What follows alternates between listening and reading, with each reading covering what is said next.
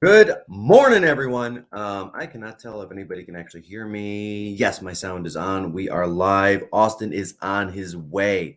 He's going to be here in a minute. And I've got like new lighting. So we're kind of testing that out today.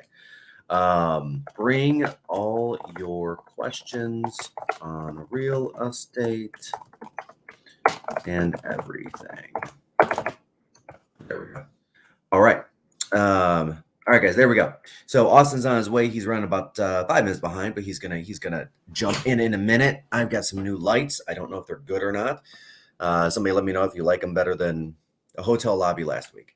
But in the meantime, we do have a lot of ground to cover this week. We've got, of course, some new developments in the news.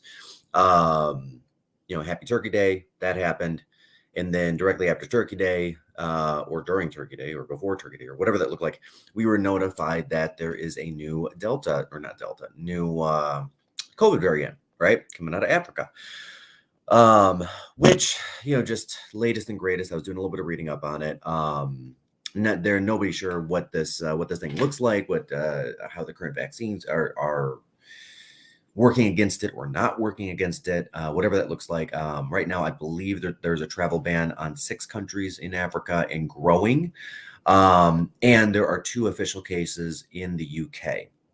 I just got done talking to my sister and my brother-in-law, who's in Abu Dhabi, and my brother-in-law's mother, who is actually in England. And I guess the prime minister is supposed to come on at some point in time this afternoon or evening and talk about what's going on next steps for that, potential additional bans, additional travel bans, talking about what it would look like to get into a lockdown again. But what we know for sure is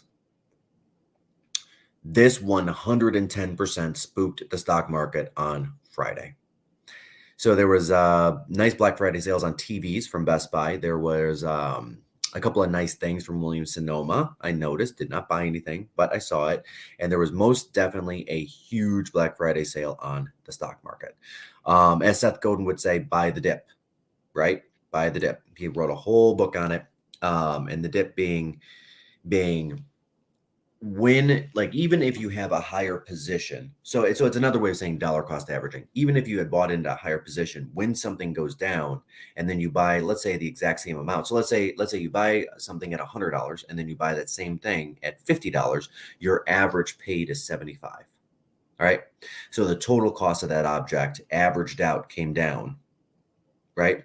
And then when it goes back up, as stocks typically do, I'm not saying that all stocks do, but as a whole, the S&P, the Dow, the Russell 5000, all of those tend to go up, right, over time. Then when it goes back up to 100, you're positive 25, even though you paid 100 for one and 50 for the other. Let's see here. Oh, I do have a question. Awesome. Are there first-time home buyer grants or special tax breaks? Home was just purchased last month in Wayne County. Yes, there is one loan, and they usually run out of money from Michigan specifically. And I'm losing it in my head, but it's a first-time buyer program. It's capped on income. I'm going to look that up actually while we're here, because I just had a person close on one. Mishta. Mishta loan limits. Mishta income limits.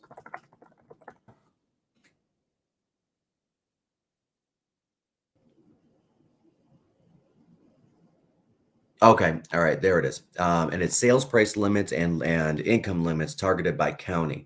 I'm actually going to put this link in here so people can see it. And Mishta reduces pretty far down both the closing costs and the down payment. There we go. Oh, come on. There we go.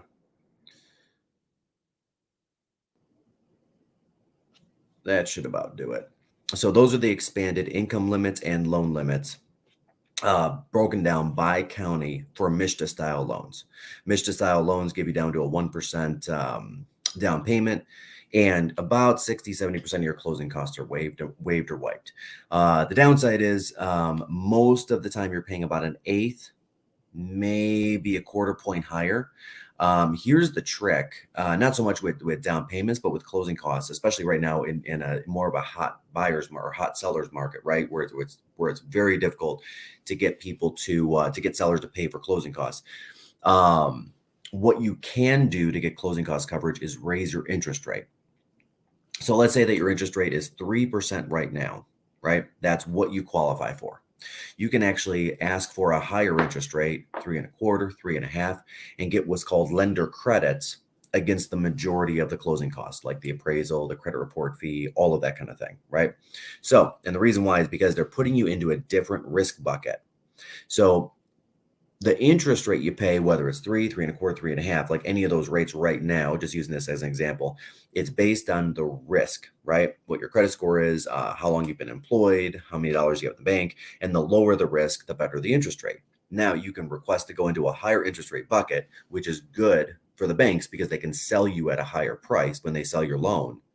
And when they do that, the banks make a ton more cash when they're selling that loan because it's like dollar cost averaging, right? You're a lower risk and you're going into a higher risk category, bringing down the total risk of that bundle of loans. Now, let's say the loan of the day is 3%, which is roughly what it is. If you request that 3.5, a lot of times you'll get somewhere between $2,500 and $4,000 you can get back from the lender, as long as the lender is being honest with you and discloses everything properly. And you can get a lot of those closing costs covered. 0.5% on, let's say, a $300,000 house, that's around $100 a month.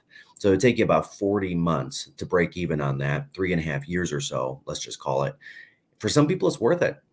For some people that are thinking about being in a home for 3 years or less, it's worth it, right? If they're getting into their first home and they're looking to build some appreciation, some equity, and that's the primary focus, honestly, it's worth it.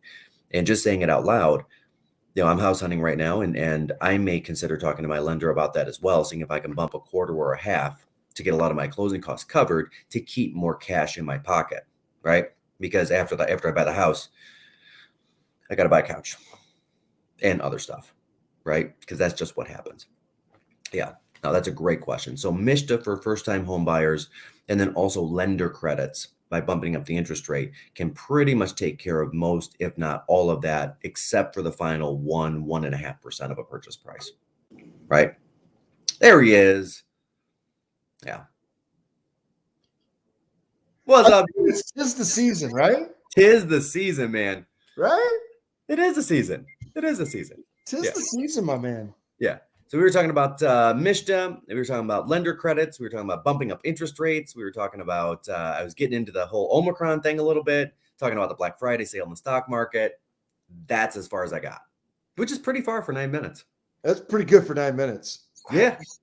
Mike, they got to raise interest rates, right? We'll see now. What's up? I don't know. Yeah. And here's why. Okay. So yeah. So we've got this Omicron thing, right? Coming out of Africa. 6 countries are kind of under quarantine. There have been 2 official cases in the UK. The Prime Minister is going on tonight to talk about those 2 cases and then potential further lockdowns. Any little thing is spooking everybody, right? So interest rates were Jerome Powell was fighting to bring interest rates up back in August and September, right? Yeah. But the problem is the Delta variant was going through so hard towards the beginning of the summer that he said, you know what, I'm just going to back off this thing. Yeah. Because any little thing is spooking the world markets, as we saw just on Friday, literally on Friday. Yep. And tell me I'm wrong on that. No, I called you and I said, hey man, what you up to? And you said, there's a sale on stocks today. And I went, that's right. And I talked about that, right? So dollar cost averaging. So in Austin, I talked about this. It was about 11:30, maybe 11 o'clock. Yeah. Yeah. For me, when I save money, I do it on a weekly basis to build the habit, right? And to keep the habit a little bit. So I don't even see it really going out of my account. It's like a pinprick instead of a sledgehammer, like a monthly or a quarterly. And I would highly advise everybody to start looking towards that as well. So I took the next, so every Monday I transfer a few bucks into, not my retirement account because I fill that up every year first, but my just regular general savings account. Yeah. I took the next 2 weeks worth of deposits and immediately just threw them in there and just went purchase, purchase, purchase, purchase. And I was going to the gym and I was watching the market, right? Not driving. I was driving. Yes, I was driving. He might have been driving when I talked to him. Yeah. And somewhere about 11 or 11:15, I saw the market starting to kind of bottom out and just hover there. Yep. So then I just started buying everything I could. Yep. Yeah. And honestly, it worked out because by the end of the day, there was a slight recovery in the market because investors, there's like the Seth Godin book says, you buy the dip. Yep. Right. Well, here's the thing. It's what people look, here's what happens, Mike, is like, okay, for instance, the S&P ended up down 2.45. Yeah. 2.5, something like that. Yeah, somewhere right in there. Okay, call it 2.5%, just so we can round, please. Anyway, it's like, okay, but people think like, what if it drops another 2.5% next week? Well, it might. Like it might. But here's what I do know. Over the course of time, the S&P is always going to go up. So no matter how you dice it, you got 2.5% off of the S&P yesterday. Right? No matter how you dice it. And now duration matters, right? Now we're not financial advisors, everybody, but duration matters. And so one of the things that is implied within that conversation that maybe you're not outwardly saying, Mike, is like when you design your money and you design how you're saving your money, you set it up into buckets. And maybe you guys have even heard the word buckets before. I know it was kind of like, I feel like 15 years ago, it was like this tag word that everybody just talked about constantly. It was buckets. But conceptually, it makes sense. And so it's like, you got to look at your money like this. One, you got to have enough money saved aside for just like, buckets equals diversify. And bucket means different duration. Like when is that money going to be spent, right? So like there's short-term money. I'm going to need this to get a new furnace. I'm going to need this to, if an emergency happen, whatever it is. There's midterm money, right? Like, I might need this in 5 years. I'm going to buy a new car, whatever it is, right? And then there's like longer-term money. Right. And so long-term money is your retirement money. It's the money that you save. Maybe it's college money, right? It's like if you have young children and you've got a 15 or 20-year duration, that's a bit longer. And so you can take on the longer the duration of when you're going to need that money, the more risk that you could take on. Right. And so like, you've got retirement money. If you've got retirement money and it's a 2.5% dip, like, you're going to get that back is kind of the idea there. Yeah. Well, I want to make sure I'm clear on that. So this goes back to age ranges as well, right? And what risk you can afford to take because you can lose it all and yet recover, right? So my dad, he's in retirement, so he's very risk averse. Yep. So he's in a couple of just broad, and like I was talking about last week, and I was talking about this on the last week's Zoom. He's in a lot of bigger blue chip, growth stock funds. The stuff that doesn't really go anywhere, it'll still go up in value 5, 6, 7% a year. But if you live off the 4% rule, which is a very common retirement rule, you're still taking out what you're growing over time, even if the market flux down just a little bit. If you're where Austin is, then you're willing to take some risk, but you don't got a lot of time left. So you want to make sure that you're taking on some risk. But not all the risk. I can take on more risk, however. You can take on like approximately 2 weeks more of risk. I take on 1% more risk. And I see Melissa Anderson on here. And if you're Melissa, then you're 19, you're just getting into adulthood, and you can take all the risk. Melissa's gonna kill you, dude. She's so gonna kill me. She's gonna kill you. Yeah.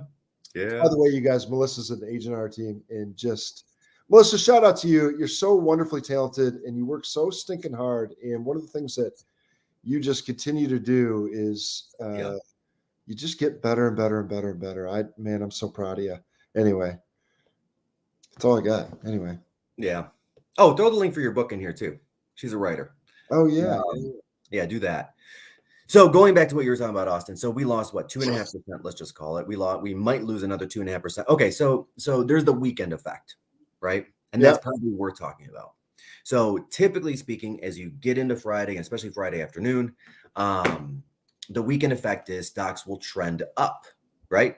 Yep. And then because everybody has a case of the Mondays and the stock market is no different, stock will trend down right at the beginning of the week, which is also why I time my weekly inputs for Monday afternoon, just as a fair point, right? I can usually pick up 1/4 to 0.5% by doing a Monday afternoon versus Friday, right? Which is against what somebody would think because everybody's optimistic on Friday because it's the weekend. And so you want to invest on Friday. Just do it on Monday if you can control it. So we will probably see another 2% dip, 1.5% dip. Maybe not. I don't know. We just had a big dip on Friday. Who can predict this? But we might. So let's call it a 5% total dip. I just pulled up Apple. Money is a function of time. Apple is up 21% for the year. You know, we could just share a screen, right? I am sharing a screen right now. That's what's happening. Ladies and gentlemen, you're taking advice from the old guy that's holding his phone up to the screen. And he's calling me old. You were trying to make age jokes on me. Oh, no, I'll make age jokes on you all day, every day, man. See, my Here, jokes are I'll like just share the screen. I already made the point.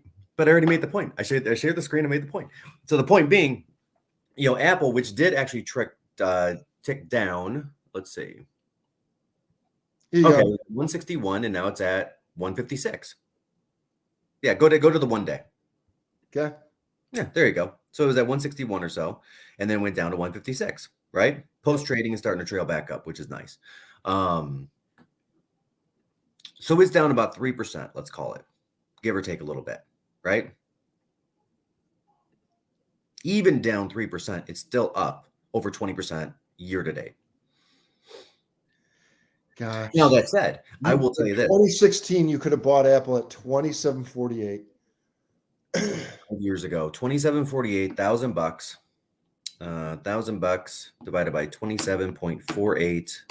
So 36.39 shares, and it's 156.81. So that $1,000 would be worth $5,700. See, here's the thing, guys. Here's the thing. It is always going to feel expensive. Because I remember 5 years ago, which is roughly when I started purchasing Apple on a very small scale, I would buy like 1 share here, 1 share there.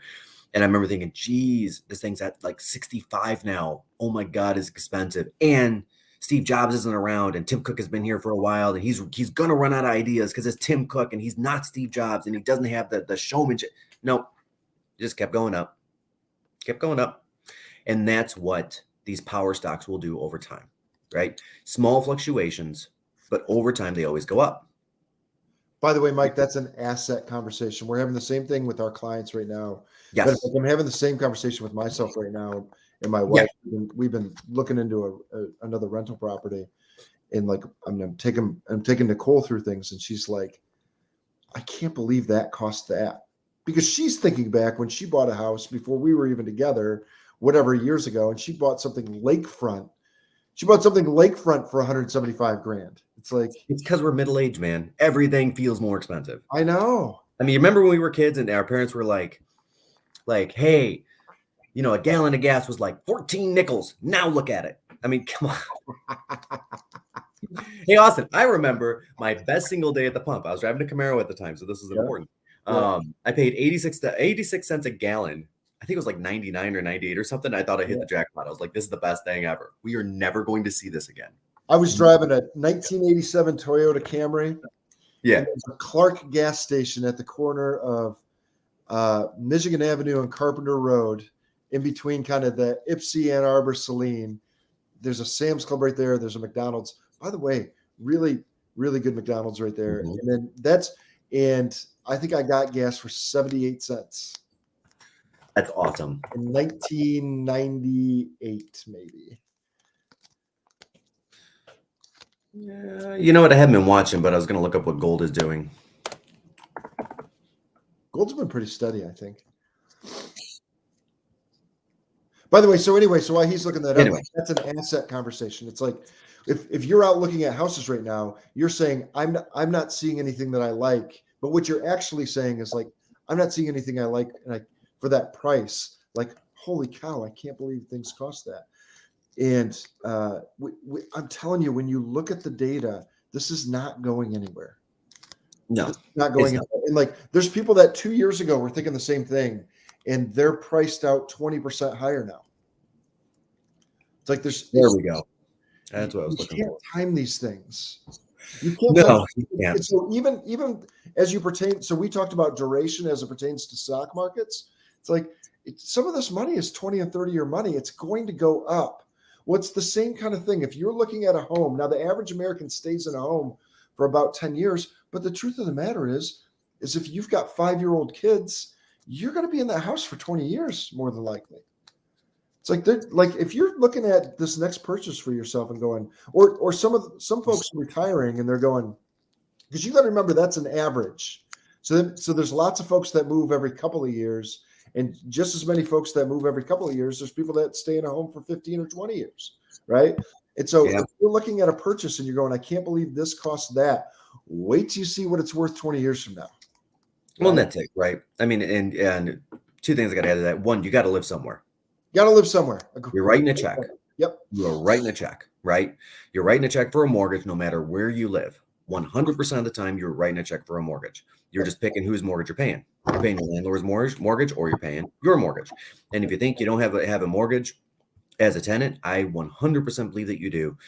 Investors are leveraging the heck out of everything. It doesn't matter if you're living in a house, a condo, apartment complex. It doesn't matter. They're doing home equity lines. They're doing business loans. They're doing package loans. BezTech is one of the big property management companies in this area, and they're continuing to hunt and pick up properties even through 2021 because they believe the market will continue to go up, most specifically rents over the next 5 years, which they did 14% this year. 14% rents went up from May to August. Not even kidding. So we get that. Yeah. As an annualized rate or total rate? Total. Whoa. Oh, dude, it's crazy. Rents this year skyrocketed. So something that rented for $2,000 in April is now renting for $2,300. Probably a little higher. $2,280. There we go. All right, there's CNBC. That was on November 1st. So rents are even higher than they were in August. 40%. 40%. What's 40%? According to CNBC, rents have gone up 40% year to date to August 1st, or to November 1st. Bloomberg is showing more than 10% increase this year. Let's see where they're at. Yeah, they're using the Zumper data. Okay, so here in Michigan, it's about 14%, which is huge. That's a huge uptick. It's a ridiculously huge uptick. And again, guys, you're paying you got to live somewhere. You're going to write a check somewhere somehow. You may as well write a check where your property appreciates in value and you get some money back on your taxes because you're paying a mortgage with the mortgage interest deduction, and you're paying down a loan. So you're getting a triple back, right? You're getting three things back every single month, every single year, even though you got to wait to get them until either you file your taxes or until you sell that property. And that's fine too. So that said, last week we had talked about the inflation rate and it going above 6%. And I was just looking at the price of gold, which is up almost 5% week over week. And what we had talked about was, to kind of catch up a little bit, Austin, was when inflation goes up, people start moving some of their assets towards a gold or a silver because they feel it's a little bit better of a price protection. And sure enough, gold and silver both went up. Well, silver has been silver is undervalued right now, isn't it? I mean, right now, yeah, I think it is. Yeah. Now, are you buying physical silver, or are you going in and buying like a fund that tracks silver? Neither. So there's a kind of investing model, and I forgot the name of it. We talked about it in depth last week, but it's like the hedgehog investing model, where you put 25% of your wealth, if you will, into some sort of a hard asset, like you actually buy a bar of gold, which you can do. Yeah. You can do that. You can buy gold bullion. You can buy bars of gold. You can buy whatever you want, right? It's all out. You can actually own this, right? Yeah. And then you put 25% into stocks, mutuals, ETFs. But now that includes crypto. I want to make sure I note that 25% into real estate, and then you want to hold 25% in cash, right? And I forgot the exact name of that investment style. I just read like 4 articles on it too, which sucks. Yeah. And it's been shown that investment style is the best protector against markets that drop And it doesn't necessarily do the best on the markets that appreciate, but it does usually pace with or just slightly outpace the market. Okay. And here's the kicker in this thing. When you actually look at it, they started including crypto, most specifically Bitcoin, right? In that asset class of stocks, bonds, mutuals, ETFs. When you take out the crypto, what they have found is over time, that actual investment style fails. Because Bitcoin has gone up so much. Just skewed the whole thing. They included Bitcoin back when it was around a 6,000 price per coin, and now it's 50 some odd thousand price per coin. And that's use the whole portfolio. 20% too, right? Yeah. Yeah. Interesting. Which that's on sale, by the way. Bitcoin's on sale. Bitcoin's on sale. It's all on sale. Yeah, interesting. Whatever you gotta do to get your people investing, everything's on sale. You see this one from Amy? When I was 18, gas was 95 cents a gallon in Tennessee. That's crazy. Still one of my favorite pickup lines. Amy, you're the only 10 I see. It's still one of my favorites. Anyway. Interesting. I'm going to find it. I'm going to find that investment style so people can actually look it up and start looking into it. If anybody remembers from last week, let me know.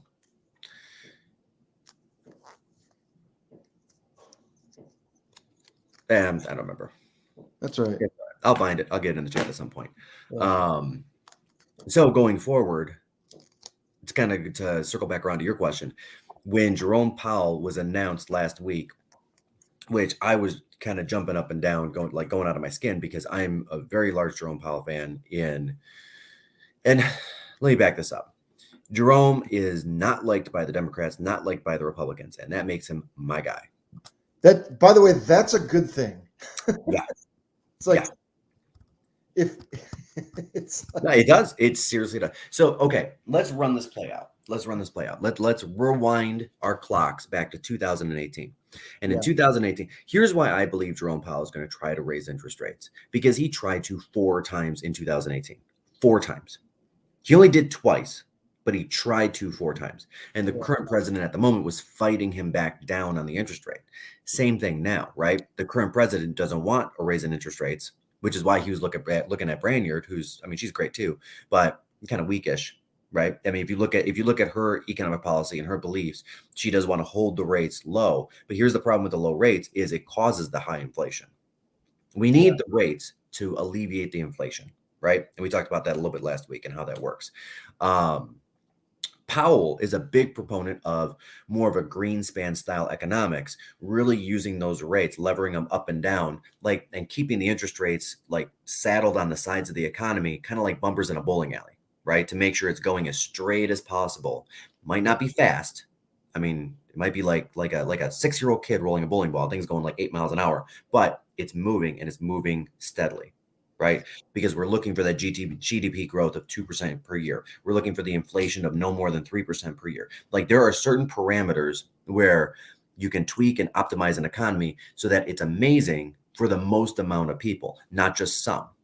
Our economy over the last 24 months has been amazing for a very few amount of people, and the majority of us have been suffering. And here's what I mean by that, right? The top 100 people, the top 100 wealth holders, we're talking like Elon Musk, we're talking Warren Buffett, Bill Gates, all of those guys have increased their wealth 55% over the last 18 months, right? So if you look at a guy like what's his name, Elon Musk, he went from around 100 billion to 230 billion in value. Yeah. Does he need that? Did that need to happen? Does that increase his how much he loves his life? I know, but I don't know. So what are you supposed to do? Because it's like, here's the chicken and the egg, right? It's like you can't set up a system that de-incentivizes somebody from chasing a giant life. I'm not saying that. I'm not saying that at all. But I am saying that a lot of companies, because these supply chain issues, and the supply chain issues came from miscalculation of how much good in supply we'll actually need. That's one. And then also Asia has had a higher number of lockdowns than we have in the West. That's two, right? All of this is affecting this right now. And yes, 5 years from now, we're going to look back and laugh on this for a couple of different reasons. But what I am saying is you've got people like let's take the avocado growers. Yeah. Right. They raise their prices almost 20% in anticipation of super short supply. And then come to find out, wasn't as bad as they thought. So what happened? They profited more. And meanwhile, everybody out there that's buying avocados are paying more money. And avocado is one example, right? If you look at, and I challenge anybody to look at any of the earnings reports for Johnson & Johnson, for Dow, for any of these companies that control the products that are the mainstays in our life, like Tide or shampoo or soaps or deodorants or any of this stuff. They all raised their prices 10 to 15% in anticipation of inflation being that bad, but it was 6.4%, right? So the space in between, they did not say, hey guys, what's your address? I need to send you a check. Yeah. That did not happen. What they did was they kept the money in their pockets. They posted higher earnings and their stock jumped again. Sure. Yeah. And then the top 10% of people, because 10% of Americans own 89% of the stocks, were the big winners. Well, it's kind of like funneling up. It's like the old trickle down economics. Like the truth is that we just find time after time that doesn't work. There's only so much money one person can spend. Yeah. Now, and I'm gonna say this, and it's not a political statement. Yeah. I think there was a day in time where trickle-down economics would have been super effective and would have saved our butts. And that was 1944 to about 1970, right? Yeah. During that time, your average CEO of your average company, of your let's call it the top 500 companies in the country, was making 25 times the average lineman at General Motors or Ford or Chrysler or whatever that looked like. Like your average Kroger worker, your cashier, the CEO of Kroger at the time was making 25 times more. Yeah. Right now, that number has ballooned to over 1,000 times. Yeah. Right. Your average General Motors line worker union is around 60,000. Ununion is 35 to 40. But I'm going to tell you right now, Mary Barra did not make, let's say, 60,000. Yeah. She did not make 1.5 million last year, buddy. She made 100 million. Yeah, sure. Yeah, because she did her job. She did her job to get the 25 million salary base and the 75 million in stock bonuses. Oh, by the way, that stock is also trading at the highest it's been trading at for the last 5 or 6 years. So that 75 million was actually worth 150. Yeah. Well, that's the challenge. It's like, here's what, see, and I think some of that's misleading, right? To go on a side note, but I think some of that's misleading because it's like you look at a professional basketball player. It's like there's only I don't know what the actual number is. There's only 500 guys in the NBA. There's only 500 people in the world that are good enough to play professional basketball. And of that, how many of them are making more than $2 million a year? Well, yeah, that's right. Yeah, like the top of the top of the top. So there's only 25 of them. Yeah, right? I mean, in NFL is the same way. I mean, you cannot tell me that a nose guard is making the same thing as Tom Brady. Yeah, correct. Not going to happen. There's only, even in the NFL, there's only 50 dudes in the league that are. It's like so. Anyway, so it's like what employers figured out, or what companies figured out, or what NBA teams figured out, or what my guess is even in your business, Mike, what you figured out is like you pay more for top talent. It's like, for sure, and I'm not saying otherwise. I'm definitely not saying otherwise. What I am saying is, when in 2009, in 2009 they started, 2010 they diffused $700 billion to the banks. Very little of it hit the bottom line. But what did happen was, at the end of that same year, because he was able to secure it, the CEO of Wells Fargo got an additional, on top of his regular bonus, an additional $25 million bonus. By the way, that could have helped a lot of Americans. I'm just saying. Yeah. Did he really need that? He was already paid $60 million that year. So it took him from $60 million to $85 million because he was able to secure almost $100 billion just for Wells Fargo and Premier Asset Services, their servicing company. Come on, guys. Come on. Now, here's where I think trickle-down economics actually does work. And I do believe that there's a place for it. I really do. I think it is small and medium-sized businesses. Right? And I really believe this. And my sister and I will debate this thing to death. But I really, truly believe that If you go to a restaurant owner that's struggling because his costs are so far out of line and he's struggling to hire people right now because employment is so weird. I had this conversation with a guy. Like, he's stretched so thin, he's cooking the food himself and he's serving the food because he just cannot make ends meet. If he gets a tax break, he's putting that directly into staff and wages and labor, because then he can raise what he's paying people because he now has the money to do it, right? He or she. I'm not saying that happens all the time, but I believe that there's a higher proclivity, there's a higher chance of higher employment or higher wages or wage growth through small and medium businesses instead of large corporations. And here's why. Small and medium businesses, if the Maury and Royal Oak doubled their sales volume, right?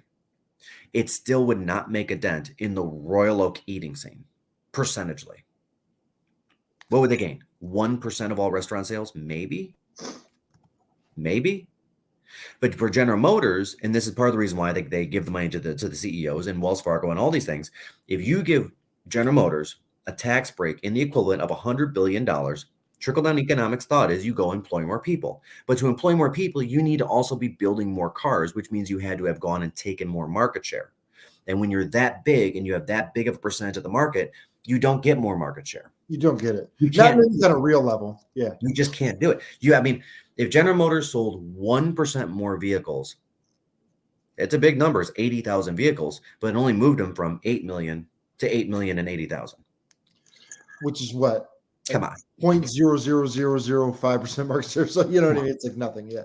Yeah, it doesn't work. And that's why it doesn't work. Small businesses can pivot more and pivot faster because people do want to go out to eat. And restaurants are closed on Mondays and Tuesdays right now in a lot of areas. And people do want to go have lunch as well as dinner out. And people want to do these things. And small businesses are struggling because the cost of everything has gone up. The cost of the rent on their space has gone up. The cost of the food has gone up. The cost of the labor has gone up. It's craziness. Yeah. Right. So my opinion is the small and the medium businesses could benefit from the trickle-down economic theory. I'll tell you this. When I'm taxed less, I employ more people. Tell me I'm wrong, Austin. No, I'm in the business. Yeah, I'm involved in the business. Yeah. Yeah. Let me ask you this, Mike. I know I'm pivoting just a little bit, but let me ask you this. What's your I feel like there's a lot of folks that are moving because right now we're in the middle of the great resignation is what they're calling it. Mm-hmm. People are leaving their jobs like crazy, right? Yep. And seemingly what's happening is a lot of people are going that independent route or starting their own businesses or side hustles or whatever. Yeah. Yeah, whatever it is. Right. What do you think the long-term impact of that is? What do you think that looks like? Do you think we continue to expand within gig economy? Like, what do you think happens? I think it kind of becomes like anything else. 10% of over a 5-year period, 10% of businesses are still in business, 90% are not. I think we're going to see that same thing. So right now, over the last 24 months, our government has pumped almost $6 trillion into Americans' pockets. Yeah. So we're riding this high, but it's also fake money. It doesn't exist. And here's what I mean by that. The average American's checking account grew by 300% in the last year and a half, right? But the average that which sounds amazing, but what it means is the average American's checking account grew from $1,000 to $3,000. Yeah. And considering the government gave, I don't even know. Yeah. Yeah. Which at some point we're going to have to pay back somewhere, somehow. I don't know. That's a whole other Somebody's topic. paying that back. Right. Yeah. But anyway, so here's where my thought is. I think a lot of people have gone into the resignation mode because they don't like their job. And every study on earth says that money is number 2 and culture is number 1. Yep. What you're looking for in a job, right? I mean, if you're making reasonable money and you're within 5 or 10% at job A or job B, you're going to take the job that's more fun over the job that you got that crazy boss like Office Space. Yep. Right? Yeah. You don't chase. Look, by the way, if there's any young people or any people that are thinking about making a switch, don't chase money. Chase management. Right. Chase leadership. You know what? That's a great point. So especially if you're looking at the corporate role, and my sister and I, again, great conversation that we were having this week. Yeah. She has very little faith in, I probably shouldn't say this online. I don't really care. Doesn't matter. Anyway, so there's this person I know that doesn't have a lot of great faith in the management. And this person is going to be in their respective business for another 20 years, right? Yeah. To get to the top, You got to find a CEO or well, they wouldn't be a CEO at that point, but find a great leader and hook yourself right onto them, and then zoom, support the shit out of them. And I mean that. And here's Jack Welch, CE or GE. Remember Jack Welch?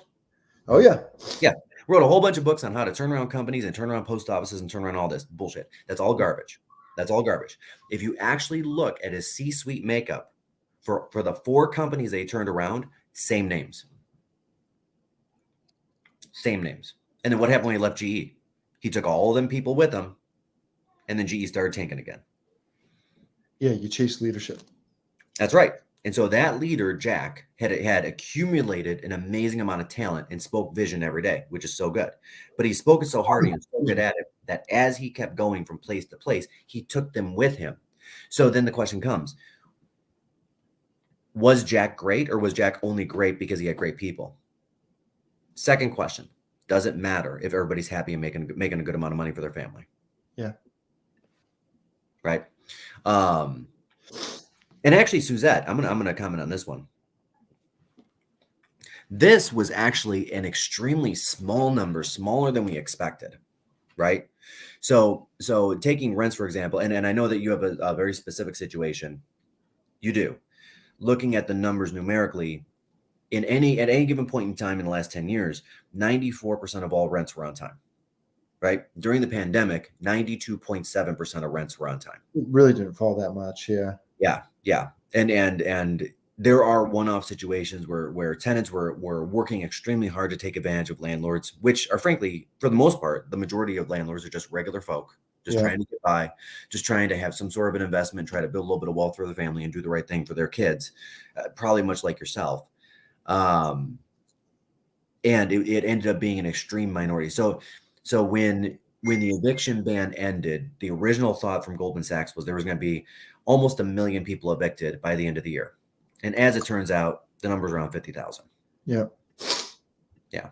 Because they were looking at the wrong number, right? They were looking at the number based on default rate. And the definition of a default in the mortgage banking industry is 1 month late or more, and the rental industry 1 month late or more. But that's not an accurate picture of the situation, right?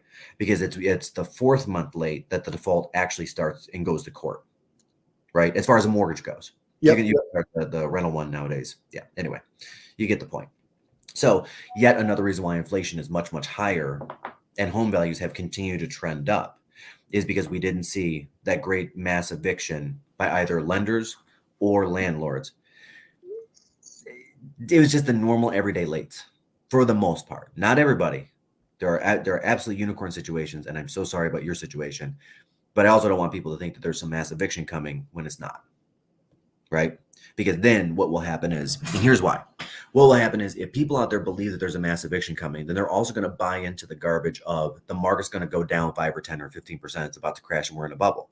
And if they do that for another year, because we heard this stuff a year ago, right, Austin? We heard this stuff a year ago. Oh, yeah. Yeah.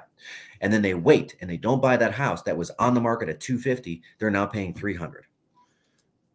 So they lost $50,000.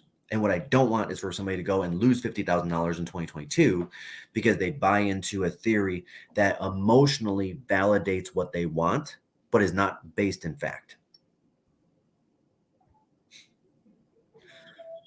Okay, I'm done. Well, but yeah. Now, okay. I feel like I need to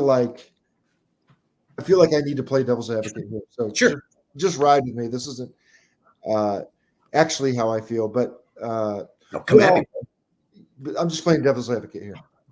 Wow, Mike, I understand that if the 250 went to 300, it's got to come down at some point, right? Yes, and let me help you with the definition of come down. The definition of come down is that the money gets less valuable, not the house. And if you look at the last 100 years, only 2 times have home values actually gone actual down, not fake down, not inflation down, right? Yeah. Here's what I mean by that. If you have $1,000 payment a year ago, right? Inflation is 6.4%, which means the value of your dollar went down from $1 to 94 cents, right? Yeah. Over time, your mortgage payment, although it stays the same, you're going to keep on getting raises and promotions and bonuses. So your payment will feel less expensive. And that is how it goes down. Yeah. Right? Call your mom and dad, ask them, hey guys, how much was your mortgage payment the first house you got? And they're going to tell you, oh my God, it almost broke the bank at $75 a month. And Yeah. it did, because it was really expensive to them. Yeah. But had they held that mortgage for the full 30 years, they would have been paying $75 that very last month in the year 2000 anyway. So yes, the home will get less expensive, but only the one that you own and only the mortgage payment you're making. Yeah. Want to try again? No, what's really interesting is like, so the National Association of Realtors, you guys, puts out data on affordability. It's like an affordability index. So it's like he's talking about back in the day. It's like if you made $100 a month and your payment was $75 a month, there's some affordability challenges there. If you made $150 a month and your payment was $75 a month, you've or even $200 a month, you've significantly increased the affordability, right? Right. So that's almost a better number to track, just if that makes sense, right? And so when you look at home affordability data, now that takes into play a lot of different things. Like that takes into play home prices, but also takes into play interest rates. And it also takes into play wage growth and kind of all those things. And I'm going to botch this stat, but I remember reading an article, Mike, and maybe you could correct me. Maybe you remember some things, but like homes are more affordable today, even with this run up, when you take into account affordability, like how much of my paycheck is going towards that house payment, right? Homes are more affordable today than what they were 20 years ago, correct? Yes, they are. They are. As a percentage of your income to get the house that you want, they are. Which seems crazy.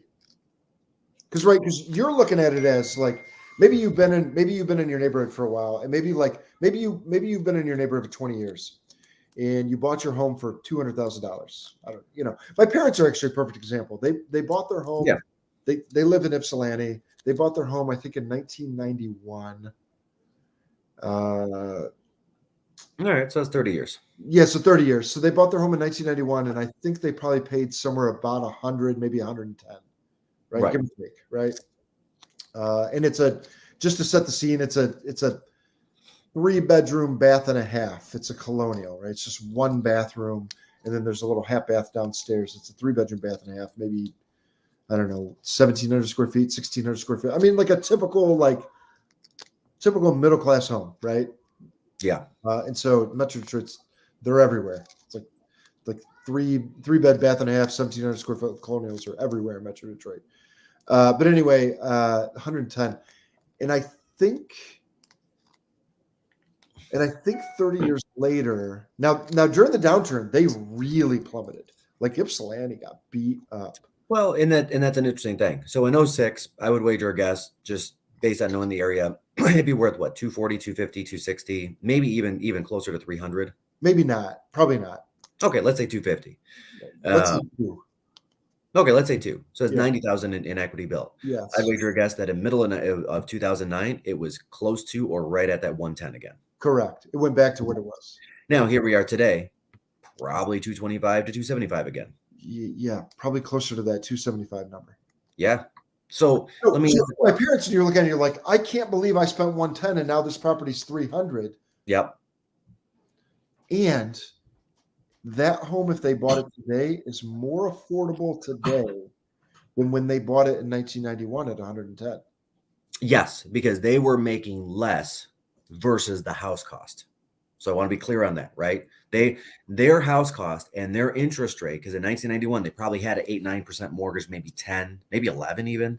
Yeah. It was still more interest rates were still coming down. I don't remember what they were back at that time. I was in 6th grade. So I wasn't watching the market as keenly as I do now. By the way, the weekend that we moved in is the weekend that the Gulf War started. I remember like, I kind of vividly remember like it was like a January and it was snowing like crazy. We had just moved into this house, and I remember watching on TV kind the United States moving into the Gulf War. Yeah. No, I think about that. The Gulf War soldiers are now in that 50 to 60 range, most of them, which is craziness to me. Because those were young men. I mean, those are gentlemen and ladies that we knew. Like I knew them as like people's older siblings. Like we're like that. Like my friend was the youngest kid in the family, and there were 2 or 3 other kids. Like they were the oldest kid in the family, but they were there. They were within my purview at that time. Let me put it that way. Yeah. But anyway, looking at this, the thing about this, right? So let's say the market does undergo another bubble-ish type thing for 5% or 10% or whatever it is. During the time that from 1991 to now, have your parents wanted to move or have they moved? No. Oh, no. Yeah. What happened to the price? The only time that the price actually matters is the day you buy and the day you sell. Yep. That's it. Only 2 days on your entire existence of home ownership. Only 2 days does the price actually matter. Yeah. Right? If you're living in a home. Now, there's another time the price matters if you're an investor, right? And that is the price of the rents and that fluctuation. And that's a whole different thing. And what we're seeing right now is the investors in the market have turned out they're coming up. It's working. Let me put it that way. Like I keep looking at article after article after article. I've got another 4 more of them pulled up showing that rents have just skyrocketed. Yeah. Over the last 12 months. There we go. Out of curiosity, how much would someone have to make a year to qualify for 250 to 300? That's a great question. That's a really good question. Yeah. Mortgage calculator. I actually have one. I actually have one in front of me. You want to put what do you want? Let's do this. Let's go 300,000. Okay. Let's go 3% interest rate. Okay. You want to do like you want to do 5% down? Yeah, 5% down. That's okay. Fine. So 300,000 would mean that you'd actually borrow 285. So you'd have $15,000 down. Yep. Plus you would have any kind of closing costs and prepaid. So like the money that you need to set up your escrow account, pay back the seller for any taxes that they've already paid in advance, pay your first year homeowner's insurance up front. You're probably looking at, what do you think, Mike? 22,000 down? Yeah, about there. Maybe 25. Call it between 20 and 25,000 down. Okay. Yeah. Now you can ask for seller concessions and you can get so bare minimum 15,000 down and as high as probably 25,000. Okay. And then and I'll do a 3% rate on a 30 year. And so then our principal interest is $1,200. I imagine you're probably looking at 500 for taxes. 300,000. That's probably on the high side, depending on the municipality that you buy in. Like a $300,000 home, where I am, is probably $4,500 a year, $400 a month. I think probably between taxes, insurance, and PMI, you're probably $600 a month. Agreed? Yeah, that sounds good. So let's call it 1,800. Call it 18 to 1,900. Utility doesn't keep on out of it because you're paying anywhere, and you're paying for that anywhere you go anyway. So we got 1,800 a month multiplied by 12 months, so it's 21,600 divided by 20. Staying in Shelby. Shelby's got lower taxes. Okay. So that's how much you got to make a year if you have no other debt. No other debt. Right? If you don't have a car payment, if you don't have any credit card payments. Most people have some sort of a car payment or credit card payment. So let's add that in as well. So we're at 1,800 plus a $400 car payment plus a $250 credit card payment plus $150 and other whatevers. So without student loans, about $86,000 a year. So if you have a car payment in the amount of $400, if you have insurance in the amount of $250 a month, and if you have just $150 a month in miscellaneous other things $250 a month in credit card insurance and miscellaneous other things, right? You need to make $86,000 a year or have a household income of $86,000 a year because your affordability is based on household gross income, money before taxes. Now, I was using 30%. But mortgage companies will loan you up to 36 to 42% of your gross income. Okay. So another way to do this is take your gross income. Everybody get that calculator. Yeah. Amy, Shelby is actually pretty nice on taxes, just to be honest. Yeah. Life insurance does not actually get calculated into a loan payment. It actually sits aside. And the reason why is because you can choose to stop making that payment. Unlike a credit card where it's debt that's already out there, you can't choose to stop making it. But yes, Yes, I agree with you. So life insurance is not fun. Shelby, yeah, 4,500 a year, nice taxes. So take your income, right, and let's call it for the heck of it 80,000. Multiply that by 0.42. So this is we're going to go to highest amount on this one. So that gets you $33,600, right? Divide that by 12. So that's $2,800. Take your car payment out, right? If it's 400 bucks, 400 bucks, 500 bucks, 500 bucks, 300 bucks, 300 bucks, just take it off the 2,800. Take off your insurance payment on your car, right? And then take off your credit card payment, not the total debt, just the monthly payment. And if it's 10,000 in credit card debt, it's like 200 bucks a month. It's not because credit cards are amortized over a 44-year payment system, not a 30. So the payments look ridiculously low, and you pay at a ridiculously high amount of interest. Which I got another thing we got to talk about here, guys, before we get off. So whatever that number is, that's what you can qualify for monthly. Okay. Yeah. And then you can work backwards through that same calculator to make that number go for you. So when I was doing mine, I came out with around 1,900. So that means that I can afford, looking at, let's call it 36%, I can afford around 340,000. Give or take a little bit. Yep. Right. But that's how you calculate it. Take your gross income, take off any revolving payments, car, insurance, credit card, and then and student loans if you have it, and then that's the max amount of payment per month that they'll give you, and then you can work backwards through the mortgage calculator on that. And when they say that's the max amount of payment, that includes principal, interest, taxes, and insurance. Yeah, sure. Yep, it's your out the door payment. Yep. So when you're doing a basic mortgage calculator, it will not include the taxes, right? So rule of thumb is 1.5% of whatever the home value is for taxes per year. Buying a $300,000 house, $4,500. Buying a $400,000 house, $6,000. Buying a $200,000 house, $3,000 a year in taxes. Good rule of thumb to work off of, and we'll fluctuate that by city. And honestly, if you want to reach out to us, we can get a lot more specific with those numbers, but I also want to give you how to get there as well, right? Now, that said, Jerome Powell, I do want to make sure I hit this before we go. The one thing I need everybody on this call to do between this week and next week, and I want people that are watching this to report back their successes or whatever happened. Everybody needs to call their credit card companies and ask them for a lower rate. Yes. And actually, you have to do this before December 1st. So basically Monday.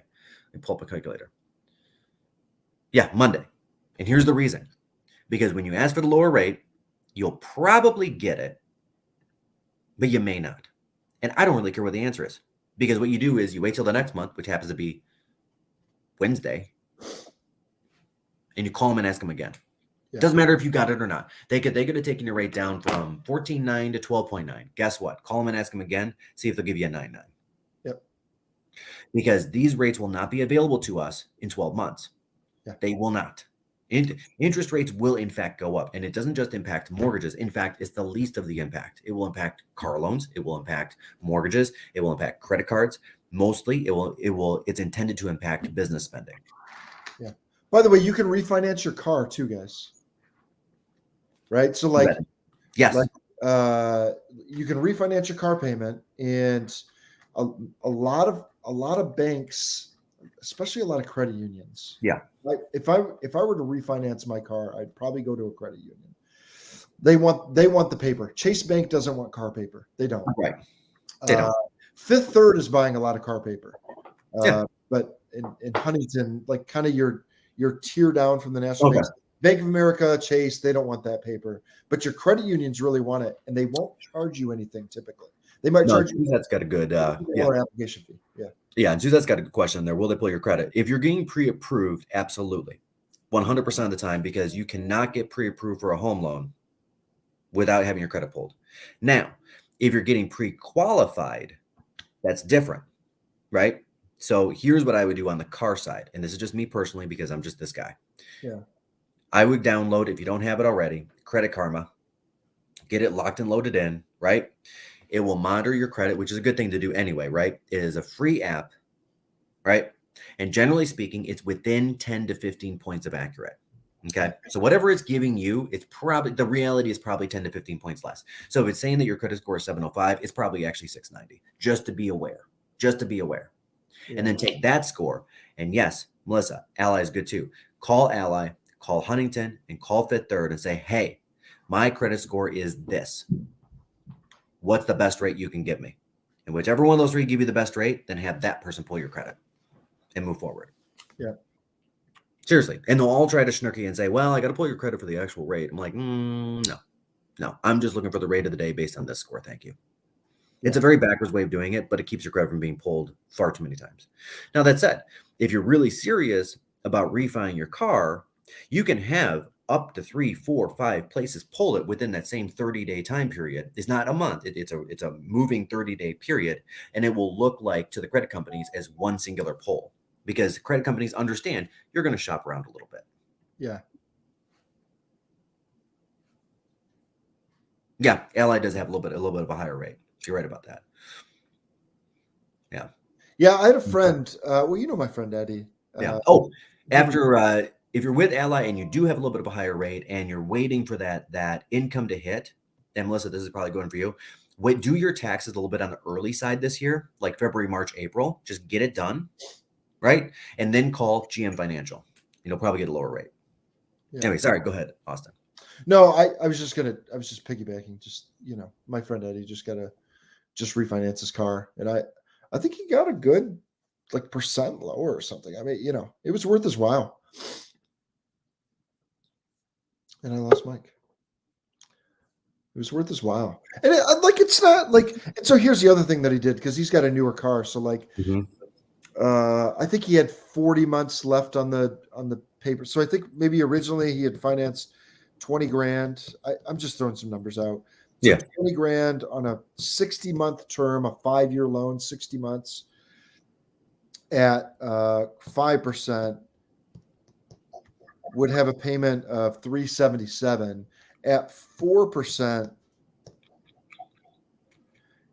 it's $368. It's a $9 difference. But here's the thing: is he had paid down enough, and so what ended up happening is I think he refinanced $14,000 on a 4-year. He just stretched it out a little bit, which isn't. But he needed cash flow, right? So 4% at 4 or 4 years at 4%, he got his payment down $360. I mean, he saved $50, $60 a month. Is how it worked out. Yeah, and 2.5% for, let's say a used car is kind of the rate of the day right now. Is what you really want to try to strive and get to. Not the easiest to get to, but you can get there. That's a good one. So Suzette, I have a property in a condo complex where they did the same thing, and simply I called them up and I was like, hey, listen, why can't I just prepay? Because they wouldn't let me set up an auto payments. So I literally just wrote a check for 2 years advance. And they're like, well, 2 reasons. One, our accounting software doesn't work that way. We're just not set up for it. And then 2, what if the association payments change next year? Which is fair because they change every year. And then they refunded me the money. So some of these associations, especially if it's like owner managed, right? A lot of these guys just are not necessarily set up to do this. So like look at my parents, right? And you're in an association, Austin, right? Yeah. Like the president probably lives 2 doors down. Yeah. And he's probably some sort of a whatever the heck he does for 60 hours a week. And then he does this for 1 hour a week. 1 hour a month. Yeah. Yeah. So in those kinds of associations, a lot of these guys just aren't set up to be able to handle it. For some of the bigger ones, like I deal a lot with Harriman or McShane or stuff like that on the condo side. Yeah. They just don't want it. They just don't want it. They don't want to deal with it, because then they're going to have to go back. And if they do have to raise association dues, which I believe most of them are going up this year, again, just going back to the inflation bubble. You have to. Yeah. Yeah, they're going to have to. So if they go from 300 to 315, now they got to come back and say, okay, you paid us a year in advance. We got to get you for $180. And they don't want to deal with that, because Harriman, they've got to be up to, Dan's got to be up to maybe 4,000 or 4,500 units at this point he's managing. He's getting pretty large. And to go back to one dude and be like, hey, man. Yeah, they don't want to deal with it. Yeah, they don't want to deal with it. That's a great question. Now, as far as getting the IRS triggered, so here's what ended up happening, guys. When the Patriot Act came out, so post 9/11, the U.S. Patriot Act came out, and what they found. Movement. Mm-hmm. Yeah, what they found is that there was a lot of money laundering going on, and so and it was relatively easy to fund terrorism. I mean, for like so anyway. So what the United States Patriot Act said was that any kind of large deposits, anything above $10,000, flagged. I don't think it's an IRS flag though. I think it's an FBI flag. Mm-hmm. And then they look at and they get the data from the IRS because they're the stewards of that money. Yeah. And of course, the IRS has to go back and say, okay, did you really get that money back? Did you? We're going to need to look at you a little harder. Yeah. Yeah. And so you just trickle down. Yeah. So as a side note, if you walk into your bank and you deposit, that makes sense. There you go, Harriman. Yeah. If you walk into your bank and you deposit $9,000, it's not going to flag anything. If you walk into your bank and deposit $10,000, it's going to flag in cash, by the way. Yeah, cash, hard, like $100 bills. Because a check, you could source the whole thing, right? Yep. It's like, but if you walk in and deposit $9,000 in cash, now, by the way, if you go in every week and deposit $9,000 cash, you're going to get a call. And now you're going to get flagged again. Yeah, you're going to get a call from the FBI. But that's what that is. Yeah, that's right. Huh. I think we did it, man. We probably said FBI, and it triggered some. And that's it. And they're going to be at our house in 2 minutes. Yep. Like, hi, FBI. Hey, take a look out your window. And that's how you know Austin's a Pepsi family.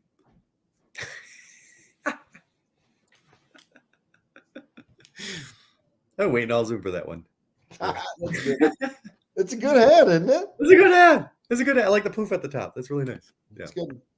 Do you know why these were originally, at least now, by the way, I read this on the internet, so this is not. It's got to be true. It's 100% bad. But do you know how poofs originally? Mm-mm. Apparently, minors, like people working in closed spaces, so you didn't hit your head. Oh, no kidding. Yeah, it's like, that's a different kind of minor altogether. I don't know the validity of that statement, but apparently, me neither. But I'll take it. It's a good story. Yeah. It makes for a good story, though, doesn't it? Yeah. Don't forget to subscribe to the YouTube channel, all that good stuff. I probably should say that at least once a time, right? There you go. And then.